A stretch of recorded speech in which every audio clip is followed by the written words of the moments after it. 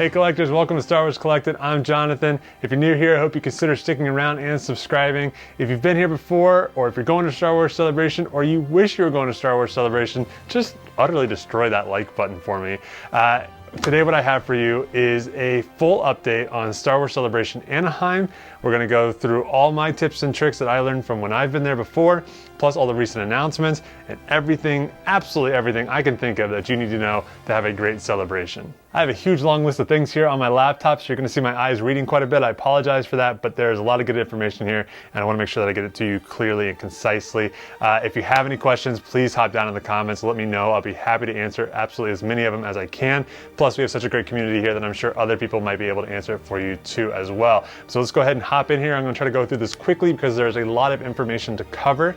This is our Star Wars Celebration Anaheim 22 update. You can now activate your badge. If you haven't done that already, make sure you do that. You can do that at SWCA22.com/activate. You're not going to get very far if you don't activate your badge. Do that as soon as you can. It is live now. Virtual panels are now open. That opened on Monday.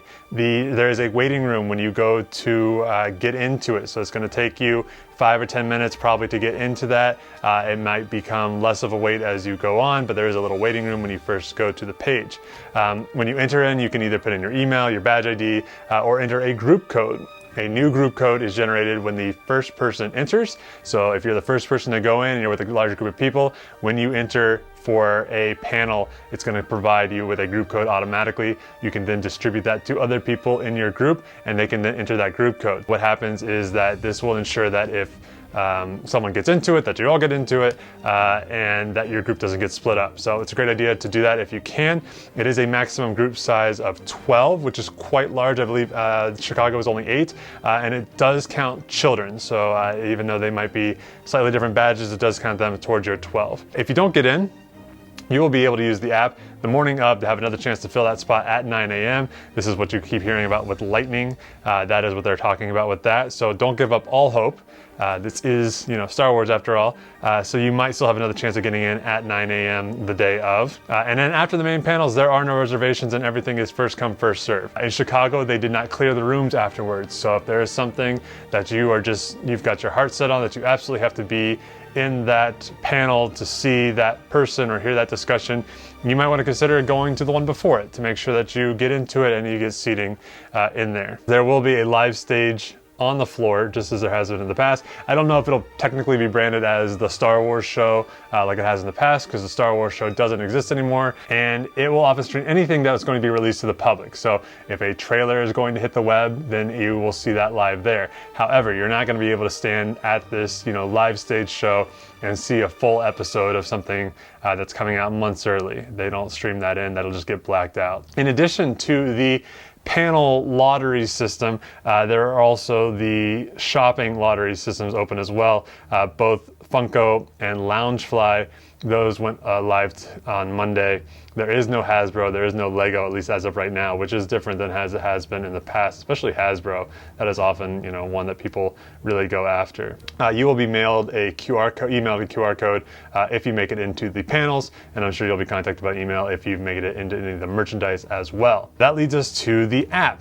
As far as I know, as of right now, as I'm recording this, the app is not available, but the app will save you and will make sure that you have a great time. If you go to Star Wars Celebration and you are not downloading this app, you're not using this app, you're not going to have as good of a time. You're not going to get as many things done as you want to. It will also allow you to schedule a visit to the store. I highly recommend doing this. One of the biggest mistakes I made in 2019 was just sort of hopping in the first line that I saw, ended up being aligned for getting into the Celebration store. My wife is amazing and stood in that line for, I honestly don't remember, 6 hours, 8 hours, something insane like that. Seriously, one of the most true testaments of our marriage right there. And then later in the week, you could walk right in. And that was because they had figured out a way to do sort of a virtual, you show up, you walk right in type thing. But it's also gonna help you keep track on the day and provide you with information if things change, if there's little updates, things of that nature are going to be in there. It may also allow you to track your autographs and your photo ops, things of that nature. I don't know that for sure though, because it is a different company this year, so things might be done that way, they might be done a different way. The online artist show is now closed, so if you saw any art that was previewed beforehand that you really, really liked, unfortunately at this point, the pre-order of that is closed. There will be a limited amount of those available at Celebration as well though, so not all hope is lost. You can visit SWCA22.com/art show to do some early shopping on that at this point. Like I said, you won't be able to pre-order anything, but you can at least kind of maybe get an idea of when you're at the show, yes, I want to pursue this piece and see if I can find it. Since we last talked, there is an after-hours signing event. They added 20 additional actors autographing Thursday, Friday, and Saturday. This will be happening not in the convention center, but a nearby hotel. You can visit SWCA22.com/opix event, OPIX event. There are some people in there that you're going to be excited about, I'm sure. Ashley Eckstein is one of the ones who added some additional time in there. But it is, and I love everybody on, in Star Wars, but it is a pretty, we'll say C-list for the most part. That might even be a little generous. It's a lot of people that you're not going to know their names, and you may not even know their character. They also added Rupert Friend, who is the Grand Inquisitor in Kenobi coming up. He's been added to the auto guest list, and you can pursue all of them at SWCA22.com/photo auto. Ewan is the only one marked as sold out for all options for all days. There might be some actors who are out of photographs or out of autographs, or just certain days they only have certain ones. But if you have your heart set on meeting a particular actor at this point, outside of Ewan McGregor, you can still do it. You can still either buy a photo op or buy an autograph for them on one of the days. So if you happen to be going all 4 days, there's still a chance for you to meet everyone. Ian McGregor is actually the only one that I actually signed up for. I did quite a few at 2019, but the combination of guests and the prices on them this year, I'm just going for one, and I'm going for the big one here. Sunday tickets sold out about a week ago, so there are no more tickets available for adults through actual Star Wars Celebration, through ReedPop, and lyte.com is the only place I would recommend you to buy tickets from. I get this question a lot, people saying like, I can't find any on there. I totally understand it. If you go to the Star Wars Celebration Instagram, you'll see people on there posting like, hey, I'm selling tickets, I'm doing this, I'm doing that. Proceed with caution. I've heard horror stories in 2019 of people, making that purchase and never getting the tickets, and of, people getting the tickets and then not really working because they weren't tied to the right people. So lyte.com, lyte.com is the only official way to do that. To view all the panels, visit swca22.com/panels. I highly recommend using the calendar app on your phone to put everything down that you want to do, and maybe even backup options, because sometimes you'll maybe signed up for an autograph or something like that, and those do have a tendency to maybe run longer, or the actor doesn't show up right away, or they get delayed because of a panel, something like that. So it's not a bad idea to have, if I can make it to this, that's great, and here's my backup plan if that doesn't work out. So in general, Celebration is going to be open from about 10 to 7 every day, with the exception of Sunday, where it closes at 5.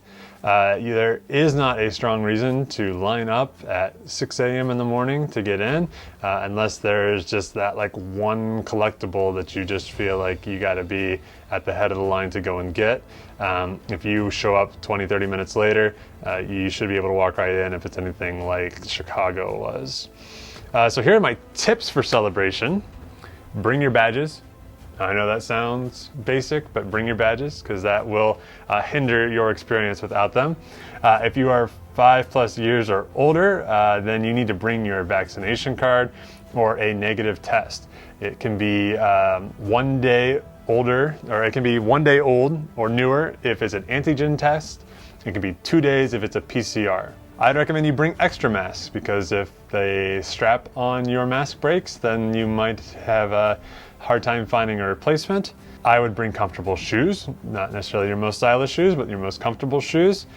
Snacks, that would be a good idea. There is food there, there's food outside. It is going to tend to be relatively expensive for what it is, and it may not be to your liking, and it might not be a bad idea just to have something midday if you get stuck in a line and you're like, feeling hungry. that you can grab a granola bar or something like that out of your backpack and be good to go there. I would dress in layers. It is, Anaheim is going to be warm that week, it looks like, and the floor can get a little warm too, but sometimes these panel rooms are very, very chilly. The air conditioning going full blast to try to compensate for all the bodies that are there. So I would recommend you dress in layers. There should be a lanyard available to you when you get there. However, if you weren't able to find one or something like that, that will hinder your experience a little bit. So it wouldn't be a bad idea to bring a backup lanyard. Some people decorate their lanyard, some people put pins on their lanyard, which I ended up doing a little bit last year. Or last time I went. So I would maybe recommend bringing a backup lanyard. That wouldn't be a terrible idea. I'd recommend hand sanitizer. There's a lot of people there, and I forget exactly what they call it, the con flu or the con cold or something like that is a kind of a real thing where people tend to come back from something like a Comic-Con, maybe with some extra germs that they weren't planning to bring. I would recommend you also bring cardstock and a Sharpie or a notepad and a Sharpie. You never know who you might run into on the floor, at the end of a panel maybe, you never know. So if you would like to have an opportunity or a chance to collect an autograph, that might not be a bad idea, and have it be on something that is, substantial. It's not just going to easily wrinkle. So maybe some cardstock or something like that, or a nice journal where you can be sure that the pages are going to be able to be removed nicely, something of that nature. Just a thought. One big one for me from last year, I would try to bring some kind of like big nylon bag or like a big black trash bag or something like that. I ended up getting this amazing Darth Maul Gentle Giant thing, but the box was like this big and it was in a little plastic slip thing, and I kind of just had to carry it for the rest of the day, and it was awkward. So that's one of the things that I'm learning for this year, is to bring some sort of bag with handles that can fold up real small, and then if you decide to buy something, so especially something of size, you can put it in there and you have some sort of way of carrying it around the rest of the day. Poster tubes and or art book, or some kind of photo album, something like that, for anything that you purchase. The last thing you want to do is make a big purchase like this and have it not work out. So these poster tube things are something you can buy at local art supply places often, or you can get them off of online retailers. They aren't too expensive, maybe $20, something like that. And then a little slip photo booth, photo book type thing, that wouldn't be a bad idea either if you're doing any sort of autographs. If you signed up for any autographs, there will be the like little 8x10s available for you to choose, and have the person you're meeting autograph those. I have in the past, though, brought some of my own because there were specific pictures that I wanted to make sure that were signed, that the way that I like it. I'm not particularly like one that wants like poster art, or I don't particularly want like a costume test type photo, and that is sometimes what's available, and sometimes they might run out of the photo that you really wanted. So it's not a bad idea if you go online and you find that favorite photo of that character, to go ahead and print that at your local CVS, Walgreens, something of that nature. It's very inexpensive to do that. Or maybe you want a little bit larger piece. Maybe you're meeting two people that share a scene together. I've got one with that's got like Nine Nub and Lando in it, and both the actors have signed that, and I think that's maybe like 11x17. So keep that in mind. Bring an extra battery pack for your phone, because your phone is going to be your lifeline. It's going to be very important. If you find something while you're out there, you're going to want to take a picture of that thing and take a picture of that booth number. I'm pretty good with directions and spatial awareness. I kind of think it helps when you're 6'7" and you can kind of see over everything. But it is just sort of a grid most of the time, and it can be very confusing to remember where was that, that pen or that thing that I really want. I don't remember. So make sure you take a photo of the item and then the booth number right after that. That will help you come back later. Not a bad idea to bring some cash. Sometimes there are issues with the Wi-Fi in there or the internet in there, and the payment systems go down. There is the occasional vendor who is actually cash only too, believe it or not, and that's kind of a way to prepare yourself for that. Let's temper some expectations. This is actually probably one of the main ones. So we're all really excited. This kind of happens to us every year. It actually happens a lot of times around May 4th. We think we're going to get the world. So I would just tell you, don't expect them to like announce your dream project. Don't expect top tier celebrities to just show up if they haven't been announced. Mark Hamill said he's going to be shooting, but you're not going to be, Daisy Ridley's not going to walk in. Harrison Ford's not going to walk in. I'm a little surprised that Hayden hasn't been announced as someone that's doing autographs and things like that. I know he's been doing other cons recently. But just temper expectations there. Don't expect a screening of something. I mean, I can tell you, I would be shocked if during the Bad Batch panel they didn't show you an episode of the Bad Batch season 2, but don't expect it. Don't expect to get into every panel. Maybe don't even expect to get into any panels, so that way when and if you do, it feels like a great treat. And don't expect to get every piece of merchandise that you want, especially if they're exclusive. The exclusives are hard to get. There's only so many of them, and there's a lot of people who want them. Sometimes, at the end of the day, you are able to go back to those places, and they may or may not have some. Sometimes, if they're offering 4 Funko Pops and someone comes up and they've won, but they only want 2 of them, then those other 2 may be kind of backup ones that they have as an option. So those are the kind of downer things. Don't expect these type of things. Do expect great cosplays, great costumes, talking cinema quality costumes. You're gonna see a lot of just mind-blowing stuff. People have spent so much time on it, and they've got the mannerisms down, and it's just one of the best parts. Do remember to ask permission before you take someone's photo. That one's not as big of a deal, but 100% don't touch people. And if you feel the urge that you need to put your arm around them, your arm around Chewie or whatever, make sure you ask them that that's okay. And if they say they'd rather you not, then don't. So just be respectful of everybody. And it might not even be like a weird personal thing. It might just literally be, if they're a Wookiee, I'm pointing at my Chewbacca here behind the camera.